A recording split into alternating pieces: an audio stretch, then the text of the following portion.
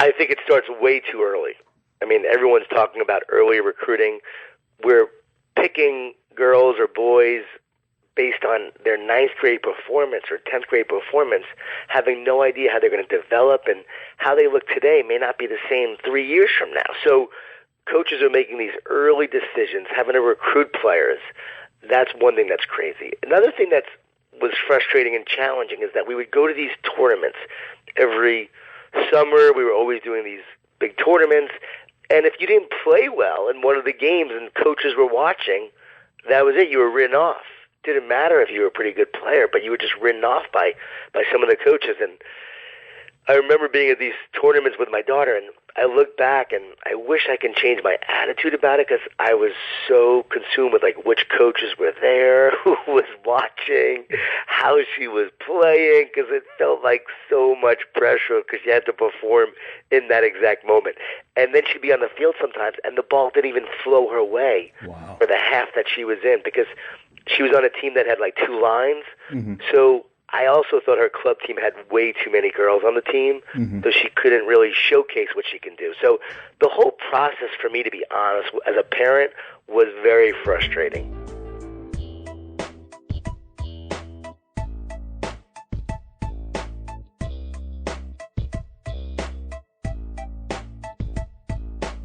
Welcome to the Fred Opie Show, where we help students, parents, and coaches give their best effort on and off the field. Today's interview is with Jon Gordon, a best-selling author, speaker, and somebody who has the ear of NFL coaches as well as coaches in other professional sports. I wanted to get together with Jon because, like me, he played collegiate lacrosse in upstate New York. He attended Cornell University. Jon is a native New Yorker. Specifically, he's from Long Island. And we met at a FCA lacrosse camp a couple years back. And I remember meeting his daughter, who at the time was in the process of looking at schools and doing school selection as a prospect. Well, we circled back, and I found out from Jon that his daughter decided not to play collegiate lacrosse, and I want to talk to him about that process and what he learned as his daughter played club lacrosse, etc. I hope you enjoy this interview with Jon Gordon. I went to Cornell University, and I played lacrosse there. I was recruited mostly for football, but I got a call from Richie Moran through my high school lacrosse coach. He liked football players and was interested in me as a lacrosse player. So junior year, I didn't even see the field as a lacrosse player, so I wasn't getting a lot of interest. But I went up and visited Cornell, and I visited Yale and all these other places. Lehigh offered me, a good amount of money to play football, but after being at Cornell and meeting a lot of the guys there, they were in many ways like me. I felt like I was on Long Island with a bunch of guys that were very similar to me. I remember thinking, I'd love to go here. And I also saw an English teacher of mine, Ivan Goldfarb, who said, Jon, if you get into Cornell, you go. So that really stuck with me. And I remember telling Richie Moran, if I get in, Coach, I'm coming. I just want you to know. And so I guess somehow he was able to get me in. Did you do both lacrosse and football?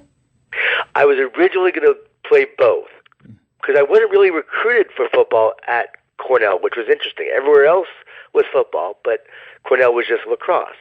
And so I went up there with the mindset of playing both. I went to practice the first day of freshman football because you have to play freshman in the Ivy League. And I remember visiting Richie as well. He said, if you play football, kid, you might not have the stick skills you need to be on the team, as a varsity player. And so I was thinking, wow, what's going to be more important? And I was really more of a walk-on in football. And I remember they gave me some locker in the back, and I was just treated really differently than lacrosse. And I remember saying, I think I'm just going to play lacrosse. And also, I had taken a beating in football. My knees, had been messed up a little bit. And as a running back, you just take a pounding. So I remember thinking, I'm not going to play pro football, so what's going to give me the best college experience? And lacrosse was it. So I dedicated myself to lacrosse, actually traveled as a freshman, so it was a good decision. What did you major in, and what was your graduating GPA? Government economics, policy analysis. I was in the human ecology school, one, because the human ecology school was a lot cheaper. It was the state-funded part of Cornell, so it was only like $5,000 a year, and at the time Cornell was like 20. So it was a great deal for that, and I knew that in human ecology I could also take classes in government economics and outside of human ecology. So it was a really good fit. Coach Moran encouraged that as well, given my financial situation. I did not come from money at all or a wealthy family, so that worked out well. And my graduating GPA, I believe, was like a 3.5. Whole lot better than Dr. Obi. That's impressive. You know, I worked hard because I thought I wanted to go to law school, so I knew I had to have a high GPA for that, but it wasn't high enough to go to a great law school. I love the fact that you talked about ways of going to Cornell which are more affordable, because one of the themes I talk about on my podcast is college affordability, that there is some schools within the Cornell system that are part of the State University of New York, and therefore the tuition is extremely affordable, and it's the same Cornell degree. And when people see my degree or ask where I graduated, they don't say, "What school at Cornell?" They just know I graduated from Cornell, and state-funded part of it was like, it's the best deal in education. I look back, I still don't know how it happened because I had no idea. So when Lehigh was giving me money and I was contrasting that with Cornell and state-funded part of Cornell, it was actually a better deal to go to Cornell. How did you pay for school? Did you come out with any loans? I did not, because it was so cheap, and so I'm one of the few people that actually came out with no loans. My brother went to Johns Hopkins, and so my parents paid for half of his school, and he had to pay for the other half. But since mine was so cheap, they agreed to just pay the whole thing. When I first met John, it was at a Fellowship of Christian Athletes lacrosse camp, and his daughter, I believe, was a sophomore at that time when we met. Freshman or sophomore, for sure. She was definitely on that track of one of those students that I want to play college lacrosse. What's something that you believe about the recruiting and college selection process now that other people think is crazy? I think it starts way too early. I mean, everyone's talking about early recruiting.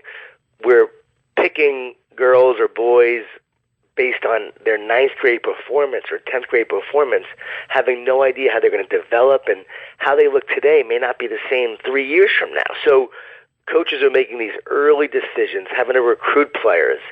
That's one thing that's crazy. Another thing that was frustrating and challenging is that we would go to these tournaments every summer. We were always doing these big tournaments, and if you didn't play well in one of the games and coaches were watching, that was it. You were written off. Didn't matter if you were a pretty good player, but you were just written off by some of the coaches. And I remember being at these tournaments with my daughter, and I look back and I wish I can change my attitude about it, because I was so consumed with like which coaches were there, who was watching, how she was playing, because it felt like so much pressure because she had to perform in that exact moment. And then she'd be on the field sometimes and the ball didn't even flow her way for the half that she was in, because she was on a team that had like two lines. So I also thought her club team had way too many girls on the team, so she couldn't really showcase what she can do. So the whole process, for me, to be honest, as a parent, was very frustrating.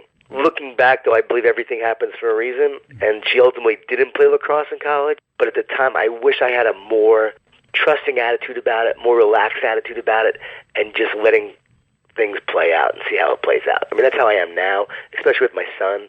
But back then, it was really a little too consuming, I would say. So we experiment on the first child and do a whole lot better on the second child. So it sounds like, in many ways, that's the process that I have seen as a parent. I am so much better on my second child, largely because of the mistakes I made in raising the first child. And I'm not ashamed to admit my mistakes.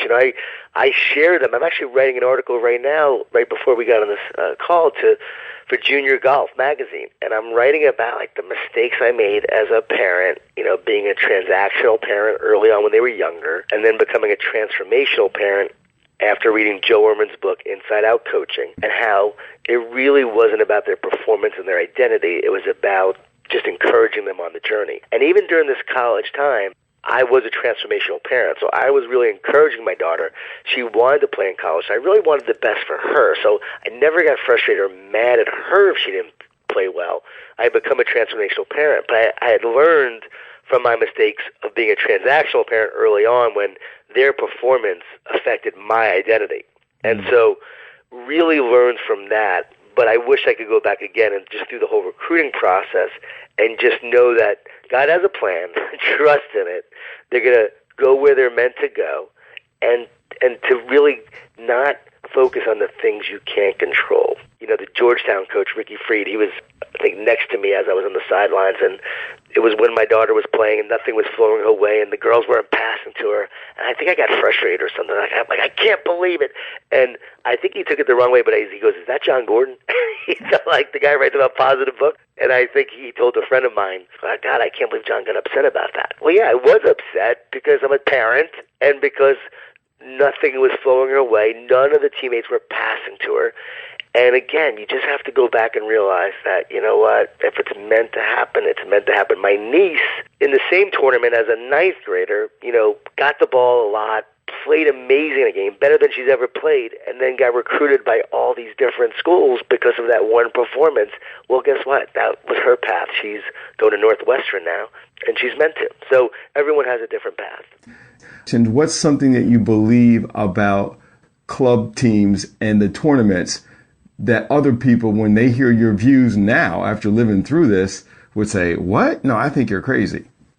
Looking back, the best part about the tournaments were the camaraderie that my daughter had with all of these girls. To me, that was a great part of it. The experience she had, the fun she had, the friendship she developed. She was staying out of trouble. She wasn't doing drugs. She wasn't drinking. She was with girls, playing lacrosse, going to these tournaments. Those are the memories that are the greatest. So some may think that's crazy because I think that's the best part of it. It wasn't about, ultimately in the end, about any outcome or performance. It really was about that camaraderie. I think also, it seemed like it rained every single tournament. I think what's crazy is that we as parents, like, we'd all just fly up there. You're now standing on the sideline, watching your kids play. It's over. And then, okay, see you later, and then everyone says goodbye and you leave. It's just a very weird existence being a tournament parent. It's like almost like a Twilight Zone experience sometimes. The show will be right back. For related content on negotiating the world of school and sports, visit our website at fredopie.com. Check out our podcast archive and review the show on SoundCloud, Stitcher, and iTunes. The best way to support the podcast is to tell a friend. Share the show on Facebook and Twitter, or send them to our website at fredopie.com. Hey listeners, if you're enjoying this episode, check out the interview Fred did with former Maryland lacrosse star Jeremy Sieverts. Sieverts now plays professionally for the Denver Outlaws. Here's a short clip from the show, which is available on SoundCloud or wherever you listen to The Fred Opie Show. Went to Butler. I played there my freshman year and fall of my sophomore year. And then in January, kind of late January, after we had already started practicing for a couple weeks at Butler, we had a meeting where our athletic director informed us that the program would no longer exist following that season. What ended up happening was all the freshmen decided to sit out the year, and myself as well, and a handful of other guys. So there weren't enough guys to play, so the program was sort of immediately canceled. Talked to a few different coaches, and it turned out that the Maryland was a good fit for me, being that I'm from Baltimore. They had just graduated a handful of really good players, opportunity for me to go play, and Coach Cottle was really awesome through the whole process. I mean, I really enjoyed my time at Butler and my friends there, and I didn't really see myself ever leaving. You know, Coach Cottle really made that transition pretty easy for me. Sunday, I told Coach Cottle that I would come to Maryland as long as I could withdraw from Butler. I needed to kind of get all my money back and sell my books back and just make sure I could kind of leave since we had already started the semester. I packed all my stuff up on Monday and Tuesday. I flew home on Wednesday, and I was in class at Maryland on Thursday, and we scrimmaged Princeton that Saturday. So, pretty kind of whirlwind time.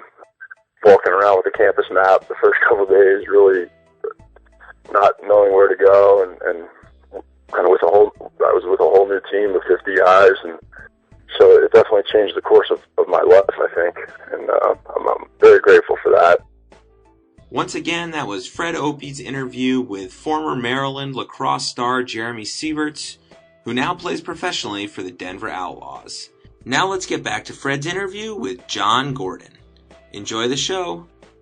If you were to give some advice, and I was just at a clinic for girls yesterday, my daughter playing as a sixth grader, and they had a tournament, and then they had a club team doing a demonstration and workshop. If you are talking to listeners who are newbies to our game and trying to find the right club for their child, what guidelines would you give them in retrospect of this is probably a good club because it has this? What are signs of a good program to put your kid in? For me, it's about a coach. I mean, it really is about a coach that believes in developing the players and helping them get better. And even during the club, where it's about a lot of games, there's still a focus on developing the player, helping them be the best that they can be. You also want to be in a club where you're going to be able to play and utilize your strengths and your gifts, and a club where there's not too many people on the team, where you can actually get playing time, get experience, and really show what you can do and play at a higher level. Also, a club that just has a great team member mindset, a teammate mindset where, when I would speak to the girls, sometimes they'd ask me to speak to the team before one of the games, and I was like, a rising tide raises the level of all ships. So remember, as you play to be a great teammate, you're going to make each other look better. So all the coaches are watching. Don't try to go out there and just be a superstar yourself. Be a super teammate. And as you make your teammates around you better, then you're all going to shine for everyone watching. So it would be a club that was team-focused, developing-focused, and not like this AAU basketball mindset where you just go out there. It's about how many goals can I get, what can I do, how can I shine? Because you get that one player that's doing that, and it sabotages the rest of the team. What is the cost for the club experience? And then what would one expect to pay for the tournament experience? A lot of tournaments every year. It was going up to Richmond. It was going to the Maryland area. It was going to Orlando for the tournament there. I mean, it was several $1,000s a year. I mean, there's the club fee, which could be like $1,000 to $2,000. Then there's the travel fees, the hotel fees. A lot of parents actually couldn't even make the trips up themselves to go watch because, I mean, it got quite expensive. I was thankful that I could actually go to all the tournaments. I would say it was like $3,000 to $4,000, maybe even $5,000 a year in tournaments and travel fees. If you don't have the means, you may not even be able to be seen by those coaches on the sideline, it sounds like. Exactly. I'm a big believer in identifying the schools you want to go to and going to their camp. Go to the camp and let the coach, see you play, be around the coach, show what you can do, show the kind of person you are, the character you are, the teammate you are. Going to the camp is really helpful. Now, when you go to the camp and then you're playing in a tournament, the coach is still going to want to probably see you in a tournament setting. But if you know 3 or 4 schools that you really want to go to those camps. My daughter has a friend that went to the UVA camp, and she was really strong as a ninth grader, but really was hidden on her high school team because there were so many dominant players even on the high school team. But then she went to this camp at UVA, and she was playing against other ninth graders, and she really stood out, and they recruited her. And it sounds like even a more affordable proposition, maybe $500 to $600 for the camp, maybe $500 or so to get your child there, versus a tournament weekend could cost you as much as $1,000 just for one tournament experience. You have to do a little bit of both, but the camps will definitely get a greater look from that coach if that's something you're interested in. So, John, walk us through the discussion. It had to happen at some point. Your daughter came to me and said, "Dad, I don't want to play on an NCAA team." Tell me about that discussion. We were going the lacrosse route almost all the way till her senior year. And even in her senior year, she was looking at Clemson became her top choice. The school I want to go to more than I want to play lacrosse. I think sometimes we pick a school just because of the lacrosse team, but we don't really love the school. And I always tell kids, and I even told my daughter, pick the school because you love the school. Because if you just pick lacrosse and you get injured, then you're stuck there. I really believe it has to be a combination of both. Or what happens if you pick the team and the coach leaves? Then what? It really is about picking a school that you really want to go to. My daughter really wanted to go to Clemson, and the fact that they didn't have a lacrosse program was a drawback, but the school was more important than lacrosse. Now, if she didn't get to Clemson, she was going to go to Liberty and play lacrosse. She would have gone to Liberty. The other schools that had recruited her previously, ones where she ultimately decided she didn't want to go to. She wanted to go to Clemson more. And then one that she really loved, USC in California, and she was recruited there, and she was getting letters and so forth. That ultimately didn't work out. She, didn't ultimately fit into their plans, which meant that, obviously they got a couple girls that were better, and they went with those girls, which, I totally respect and understand, and it was all good. Again, it all worked out the way it was supposed to, but those were the challenges we had to go through in terms of thinking she's going to go to USC, being so excited about it, and then that falling away and being told, nope, it's not going to happen. And that was tough. It was tough for her. It was heartbreaking. It was a really painful time. And during that time, I just had to be a dad that supported her and encouraged her and just told her that God has a plan. You'll go where you're meant to go. And then the other schools, that were recruiting her Division I, she just felt like she didn't want to go because even though she liked the coach a lot, she liked the team, she didn't love the school.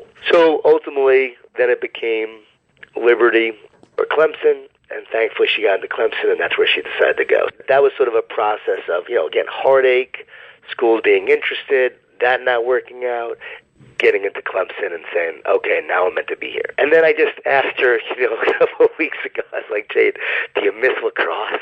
And she said, not at all, Dad. That was a real eye-awakening, experience because, she obviously wasn't meant to play in college, because if you're going to play in college, you got to love it.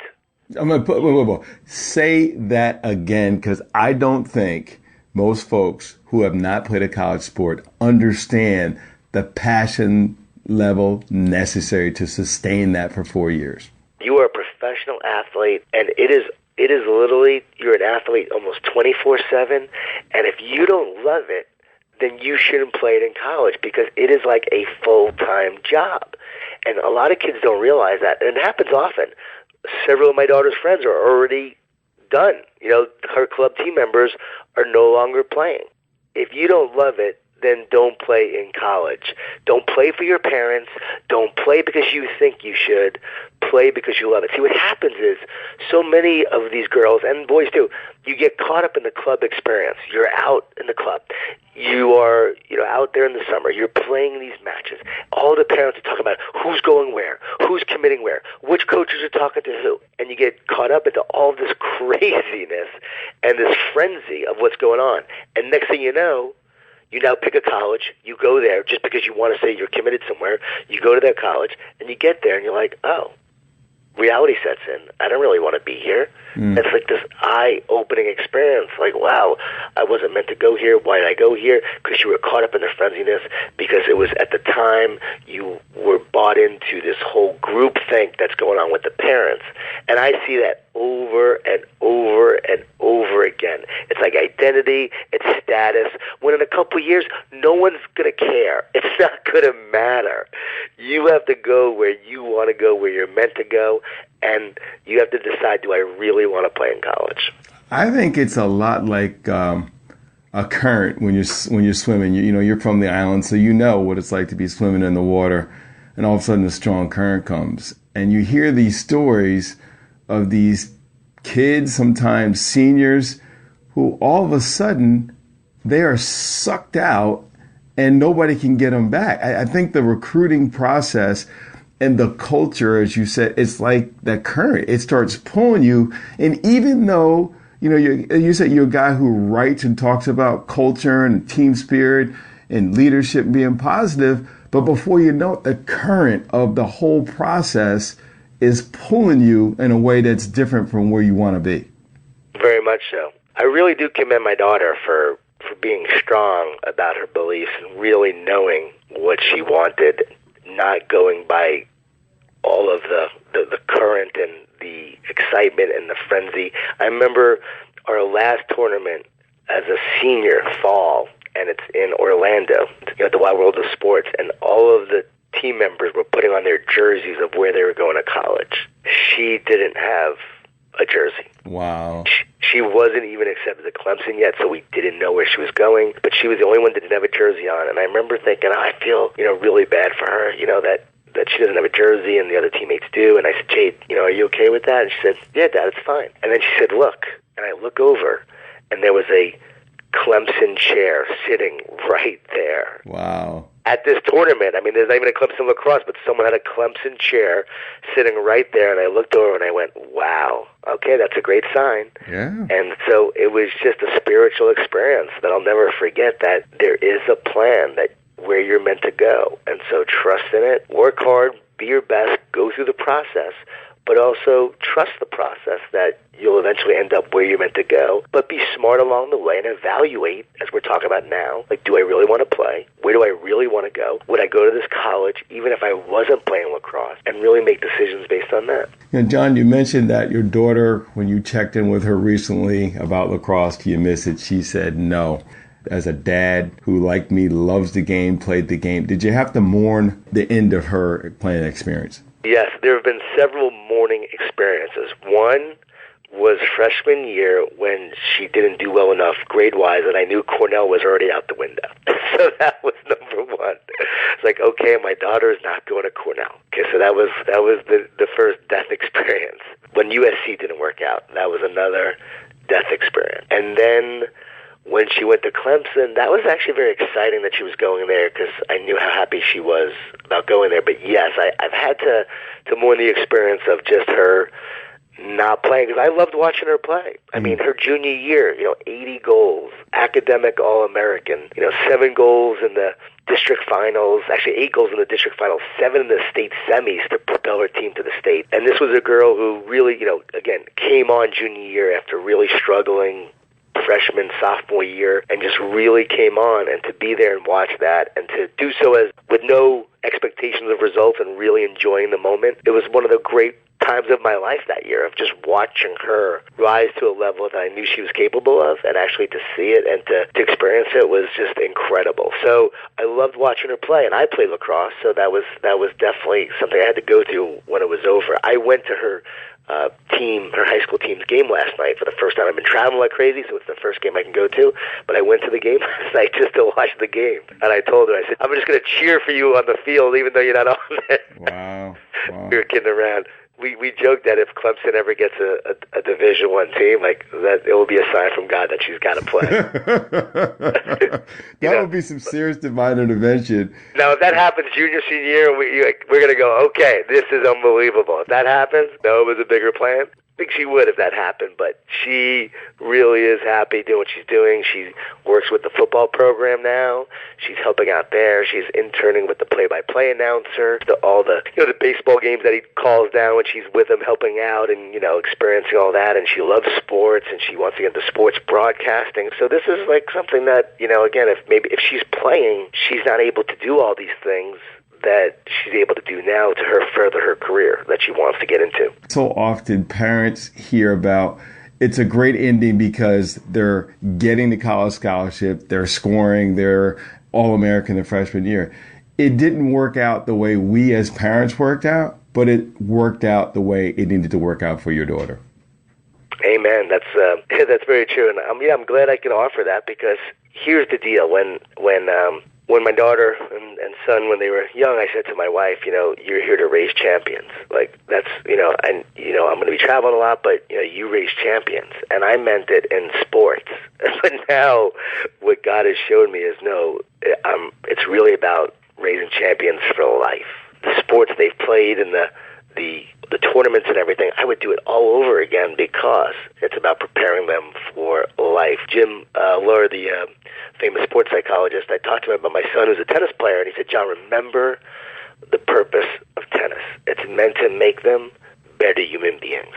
That's the purpose, not about any of the other stuff. And that has always helped me keep things in perspective going forward. Anything I can do to help parents along this journey and this craziness that they all deal with, because it's not always going to work out. The girl gets injured her freshman year in college, her sophomore year. She tears an ACL. She gets there and she doesn't play, and she winds up sitting on the bench for a few years. Very few does it work out for. It worked out for you, it worked out for me. Somehow it worked out. I was a 3-year starter, traveled as a freshman, had that great experience. But that was my experience. That was meant for me. That may not be meant for my daughter, my son, or other people. John, thank you so much. Again, my best to you, and your daughter may or may not remember me, but please send my regards. Oh, she remembers you, and thanks so much, Fred. I appreciate everything, and thanks for what you're sharing. Great stuff from John Gordon. I love the whole ideal of how we as parents have to mourn the loss of something we love that our children are participating in. I remember when my father, I saw him go through that as I stopped playing baseball and transitioned to playing lacrosse. And baseball certainly was his first love, big Jackie Robinson fan. So I definitely relate with John with what he went through. But I also think he provides some interesting insights of how, after going through the process of having your daughter be a recruit, attending all these tournaments, and what you saw in the whole process and what you can learn from it. Certainly some insightful things, and I'm glad that he remained focused on doing what's best for his daughter. And I hope that you will do the best for your children as John did. Thanks again for listening to the show. I love giving talks on the topic of school and sports. For more information, email the show at fdopie@gmail.com. Once again, that's fdopie@gmail.com. You can also contact us if you're interested in advertising on the show. The best way to support the podcast is to tell a friend, share the show on Facebook and Twitter, or send them to our website at fredopie.com. Thanks for listening, and be good.